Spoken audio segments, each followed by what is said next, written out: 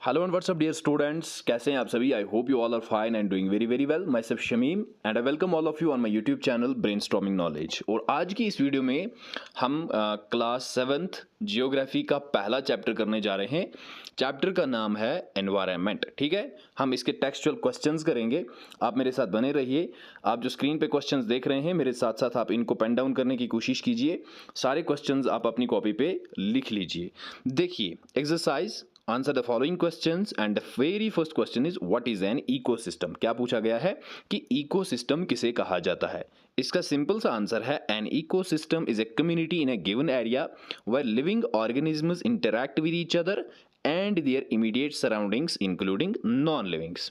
Ecosystem एक community का क्या होता है, गिवन एरिया जहां पे एक ऑर्गेनिज्म, लिविंग ऑर्गेनिज्म रहता है और इंटरैक्ट करता है अपने आसपास की चीज़ों के साथ जो भी उसके इमीडिएट सराउंडिंग में आती हैं, चाहे वो लिविंग थिंग्स हो या फिर नॉन लिविंग थिंग्स हो। Next question is what do you mean by natural environment. Natural environment का मतलब क्या होता है। इसका answer the environment which is created by nature comprises of land, water, air, plants and animals is known as natural environment।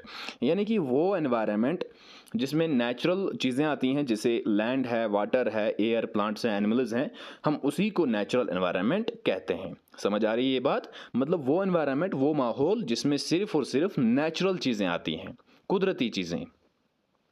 The third question is which are the major components of the environment. Major components of the environment क्या है, environment के major components जो है वो क्या है। इसका answer क्या है, the major components of the environment are, कौन कौन सा, natural environment, human environment and human made environment. तीन मेजर कंपोनेंट्स एनवायरनमेंट के, नेचुरल एनवायरनमेंट है, ह्यूमन एनवायरनमेंट और ह्यूमन मेड एनवायरनमेंट। एक हो गया जो कुदरती एनवायरनमेंट है, जो कुदरत ने बनाया है, और दूसरा होता है ह्यूमन एनवायरनमेंट, मतलब जो जिसमें इंसान हैं, जिसमें ह्यूमंस हैं। और तीसरा आता है ह्यूमन मेड एनवायरनमेंट, जिसमें इंसान की, ह्यूमंस की इंटरफियरेंस रहती है, जो इंसान ने क्रिएट किया होता है। ओके, आई होप कि आप लोगों को ये अच्छे से समझ में आ रहा होगा।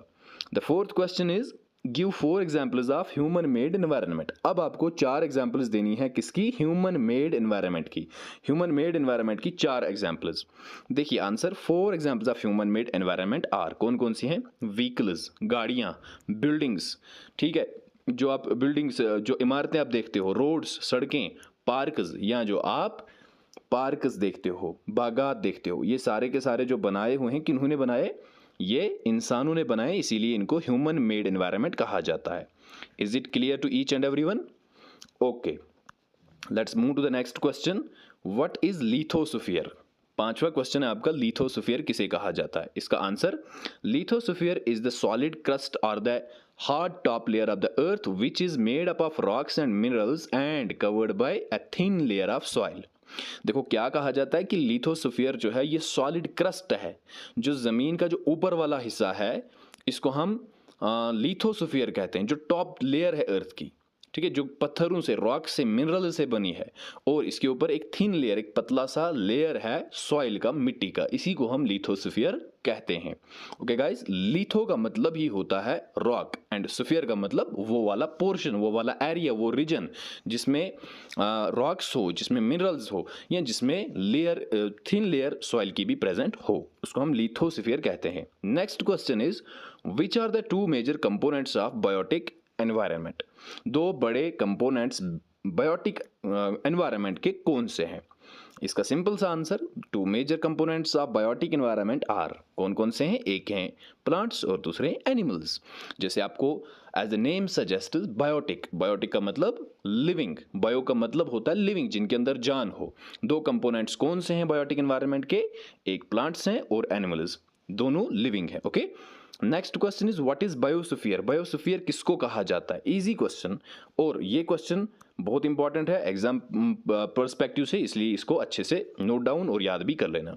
Biosphere is a narrow zone of the earth where land, water and air interact with each other to support life. It consists of plants and animals kingdom together.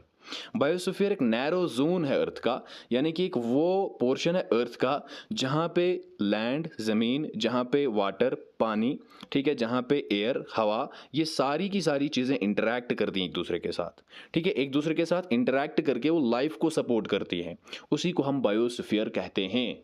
ठीक है, समझना फिर से बात को। ये एक वो पोर्शन है, वो एक जोन है अर्थ का, ज़मीन का, जहाँ पे पानी भी हो, जहाँ पे एयर भी हो, हवा भी हो, और जहाँ पे लैंड, ये तीनों चीज़ें जहाँ पे अवेलेबल हो, और ये तीनों चीज़ें लाइफ को सपोर्ट करती हैं। मतलब जहाँ पे ये तीन चीज़ें होंगी ऑब्वियसली वहाँ पे लाइफ होगी, और इसी को हम बायोस्फीयर कहते हैं। ठीक है, इट कंसिस्ट्स ऑफ, इसमें क्या क्या आता है, plants and animal kingdoms together. यहाँ पे प्लांट और एनिमल किंगडम दोनों होते हैं, मतलब प्लांट्स भी होते हैं और एनिमल्स भी होते हैं। ईजी है ना, शाबाश, very easy. Let's move ahead. चलिए, टिक द करेक्ट आंसर। अब आपको मल्टीपल चॉइस क्वेश्चंस करने हैं। विच is not a natural ecosystem, बताओ नेचुरल इकोसिस्टम कौन सा नहीं है। तीन ऑप्शन है आपके पास, डेजर्ट, एक्वेरियम और फॉरेस्ट। कौन सा नहीं है नेचुरल इकोसिस्टम? देखो, नेचुरल का मतलब जो कुदरती हो, जिसमें इंसान की इंटरफियरेंस ना हो। देखिए, जो डेजर्ट है ना, रेगिस्तान, ये नेचुरल है।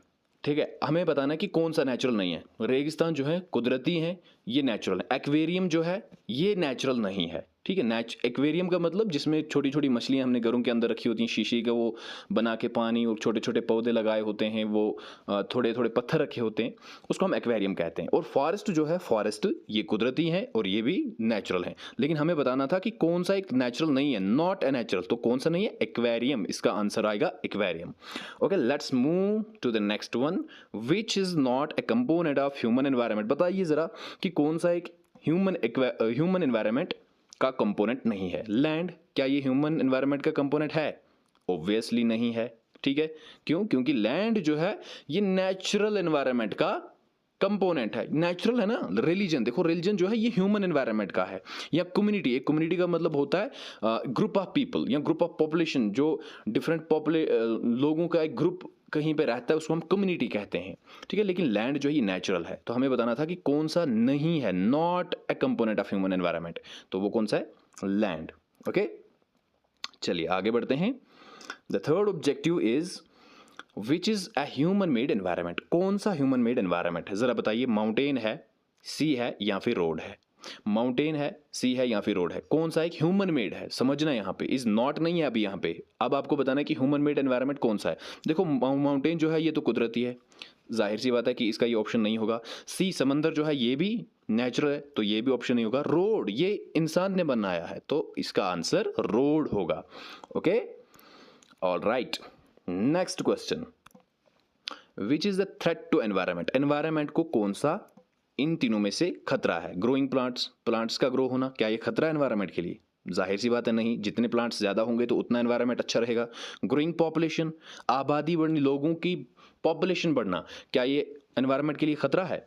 हाँ बिल्कुल ये खतरा है। क्यों? क्योंकि जितनी ज़्यादा पॉपुलेशन बढ़ती है उतनी ज़्यादा तबाही होती है, उतनी ज़्यादा डिस्ट्रक्शन होती है, तो एनवायरनमेंट उतना खतरे में रहता है। ग्रोइंग क्रॉप्स तो हो ही नहीं सकता। क्यों? क्योंकि जितनी क्रॉप्स ग्रो होंगी तो उतनी ज़्यादा फसलें होंगी, उतना एनवायरनमेंट अच्छा रहेगा। तो इसका सही जवाब जो है दैट इज ग्रोइंग पॉपुलेशन। चलिए जी, अगला सवाल है आपका, मैच द फॉलोइंग्स। ठीक है, अब कॉलम ए में देख सकते हो बायोस्फीयर, एटमॉस्फेयर, हाइड्रोस्फीयर, एनवायरनमेंट। अब आपको बताना है कि ये इस साइड में किन के साथ मिलेंगे, तो मैं आपको डायरेक्टली आंसर पे लेके चलता हूँ। आप क्वेश्चन अपनी बुक से भी देख सकते हो। देखिए, बायोस्फीयर, बायोस्फीयर का मतलब होता है narrow zone where land, water and air interact. वो जोन अर्थ का जहाँ पे पानी भी हो, एयर भी हो और लैंड भी हो। दूसरा आ जाता है एटमॉस्फेयर। एटमॉस्फेयर का मतलब होता है blanket of air which surrounds the earth, यानी कि वो चादर हवा की, एयर की, जो अर्थ के आसपास मतलब लिपटी होती है, जहाँ जो सपोर्ट करती है लाइफ को। मतलब एक ऐसी कवरिंग हवा की जिसने एनवॉल्व किया है किसको, अर्थ को, उसको हम एटमॉस्फेयर कहते हैं। क्लियर है ये बात? हाइड्रोस्फीयर, हाइड्रो का मतलब क्या होता है? हाइड्रो का मतलब होता है पानी, डोमेन ऑफ वाटर। ठीक, शाबाश। एनवायरनमेंट, एनवायरनमेंट का मतलब होता है आवर सराउंडिंग, हमारा आसपास। क्लियर है ये चीजें? शाबाश। चलिए जी, नेक्स्ट क्वेश्चन हमारा, गिव रीजंस। अब आपको रीजन देने हैं। क्यों, किस किस के रीजन देने हैं? एक, मैन मॉडिफाइज हिज एनवायरनमेंट, एक इंसान अपना एनवायरनमेंट मॉडिफाई करता है, और दूसरा आपको इसका रीजन देना है, plants and animals depend on each other. Plants और एनिमल्स एक दूसरे के ऊपर डिपेंड करते हैं। तो पहले वाले जो क्वेश्चन है, पहला वाला क्वेश्चन, इसका हम रीजन देखते हैं। इसका रीजन यह है, man modifies his environment because they are capable of modifying it according to their need and live comfortable life. इंसान क्या करता है, अपने एनवायरनमेंट को मॉडिफाई करता है, क्योंकि इंसान कैपेबल है इस चीज़ के, वो इस चीज़ के काबिल है कि वो एनवायरनमेंट को मॉडिफाई करके अपनी नीड्स को सेटिस्फाई कर सकता है और एक कंफर्टेबल लाइफ गुजार सकता है। He also modifies his environment to adapt himself to the natural surroundings। और ये environment को modify करता है, ठीक है, ताकि ये अडेप्ट कर सके खुद को, ताकि ये उस काबिल बना सके खुद को कि नेचुरल सराउंडिंग में जो भी इसके आस पड़ोस में चीज़ें हैं, नेचुरली एग्जिस्टिंग चीज़ें हैं, ये उसके हिसाब से अडाप्ट हो सके और ज़िंदगी गुजार सके। Humans learn new ways to use and change the environment and invent many things। इंसानों ने बहुत सारी चीज़ें सीखी हैं कि कैसे हमें एनवायरनमेंट को यूज़ करना है, कैसे एनवायरनमेंट को हमें चेंज करना चाहिए और कैसे हमें नई नई चीज़ों को ईजाद करना चाहिए। The Industrial Revolution enabled large-scale production, transportation became faster, information revolution made communication easier and speedy across the world। देखो इंसान ने क्या क्या किया, इंडस्ट्रियल रेवोल्यूशन लाया, ठीक है, इससे क्या हुआ, प्रोडक्शन ज़्यादा हुई, ठीक है, जो फसलें पहले ग्रो होती थी ज़मीनों में, खेतों में, उनकी क्वांटिटी बहुत कम होती थी।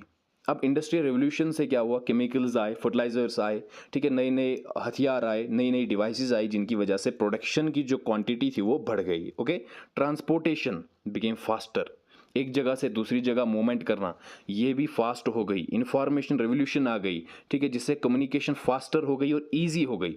हम दुनिया के कोने में हम घर में बैठ के दुनिया के कोने कोने की खबर अब रख सकते हैं, ठीक है। ये एक रीज़न है कि इंसान ने अपना एनवायरनमेंट मॉडिफाई किया। दूसरा, plants and animals depend on each other, कि प्लांट्स और एनिमल्स एक दूसरे के ऊपर डिपेंड करते हैं। कैसे? Plants and animals depend on each other for their sustainability. किस लिए? अपनी सस्टेनेबिलिटी के लिए, कि प्लांट्स एनिमल्स के ऊपर डिपेंड करके खुद को सस्टेन करेंगे, खुद को जिंदा रख पाएंगे, और एनिमल्स प्लांट्स के ऊपर डिपेंड करके खुद को सस्टेन कर पाएंगे, खुद को जिंदा रख पाएंगे। Okay, animals consume plants as they are the only producers and also take oxygen from them. Animals plants को कंज्यूम करते हैं, जो जानवर हैं वो प्लांट्स को खाते हैं। क्यों? क्योंकि वो ओनली प्रोड्यूसर्स हैं, सिर्फ प्लांट्स ही प्रोड्यूस कर सकते हैं एनर्जी को, सिर्फ प्लांट्स ही प्रोड्यूस कर सकते हैं ग़िज़ा को, और जानवर इनसे ये ग़िज़ा ले सकते हैं और ऑक्सीजन ले सकते हैं। Plants are depended on animals as they give out carbon dioxide which is important for photosynthesis।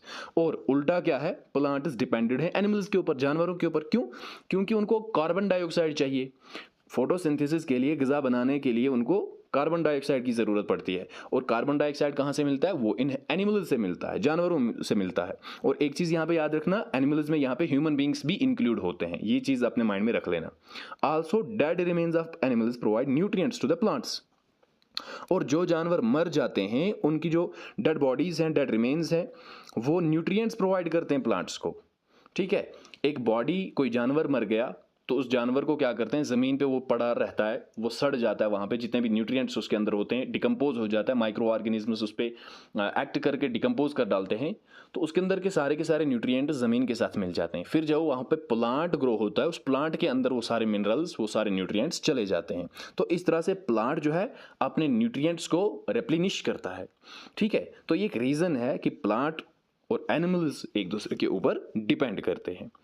So this was our today's topic, हमारा आज का चैप्टर एनवायरनमेंट। आई होप कि आप लोगों ने अच्छे से इन क्वेश्चंस को अंडरस्टैंड किया होगा, हर एक पॉइंट को, हर एक क्वेश्चन को अच्छे से समझने की कोशिश की होगी, और आप ये कॉपी पे अच्छे से लिखोगे। हम मिलते हैं नेक्स्ट वीडियो में नेक्स्ट चैप्टर के साथ, तब तक के लिए खुदा हाफिज़।